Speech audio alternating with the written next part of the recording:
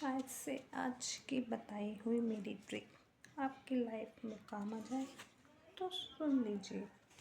एक खत अपने पसंदीदा के नाम, विचारों और भावनाओं को साझा करने का हुनर सीखना है तो चिट्ठियाँ लिखिए। वो विराट कोहली हो, डी गुकेश हो, शाहरुख हो, दीपिका हो, खत ऐसा हो आपका पसंदीदा सितारा ही नहीं जो भी बड़े उसे बार बार पढ़ना चाहे।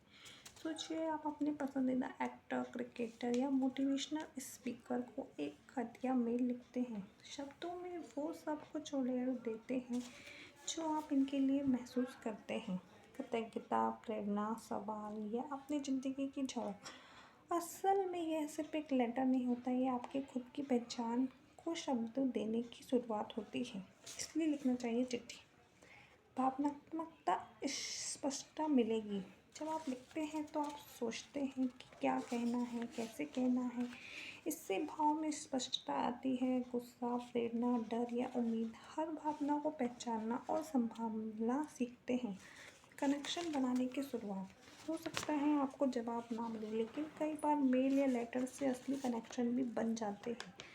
कई सेलिब्रिटी जवाब भी देते हैं या कम से कम पढ़ लेते हैं। ये अनुभव ज़िंदगी भर याद रहता है।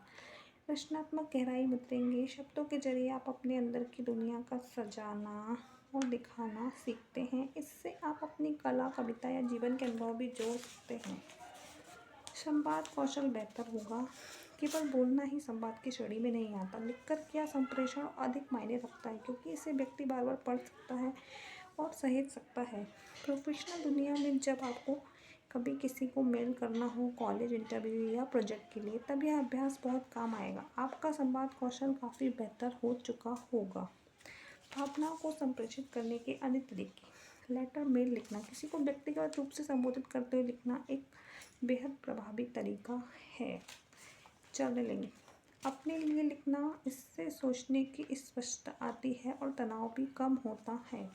पॉडकास्ट या ब्लॉग बनाना, वॉइस या टेक्स्ट के जरिए अपनी बात पूरी दुनिया से कहना। क्रिएटिव पर डिजिटल आर्ट, कुछ लोग पेंटिंग, डिज़ाइन या रील्स के जरिए खुद को अभिव्यक्त करते हैं। यूँ करें शुरुआत। उस इंसान को चुनें जिसे आप लिखना चाहते हैं। सोचिए कि आप उनसे क्यों जुड़ाव महसूस करते हैं। अपने बारे में थोड़ी जानकारी दें। आप क्या करते हैं, क्या सोचते हैं। बताएं कि उन्होंने आपकी ज़िंदगी को कैसे प्रभावित किया, उनकी किन बातों से आप प्रभावित हुए। उनसे जुड़ा कोई ख़ास पल जो आपको याद है। आपने उनसे क्या सीखा। कोई सवाल या सुझाव जो आप देना चाहें। एक पॉजिटिव नोट पर ख़त्म करें। धन्यवाद, शुभकामनाएँ या एक छोटा सा सवाल। और हाँ, ये याद रखें, ये ज़रूरी नहीं कि सामने से जवाब आए ही। हो सकता है छोटा सा औपचारिक उत्तर मिल भी जाए, लेकिन खत लिखकर जो कौशल आप सीखते हैं वो ज़िंदगी भर आपके साथ रहते हैं। जब आप अपने भावों को सही ढंग से साझा करना सीखते हैं तो आप एक मजबूत, दिमागी रूप से परिपक्व और भावनाओं से भरे इंसान बनते हैं। तो इस हफ्ते का टास्क यही है। अपने फेवरेट सेलिब्रिटी को एक लेटर या मेल लिखिए। उन्हें भेजिए या नहीं, लेकिन लिखिए ज़रूर। खुद को महसूस करने और समझने की ये छोटी सी शुरुआत आपको एक बड़ी रियल लाइफ स्किल बन सकती है। धन्यवाद।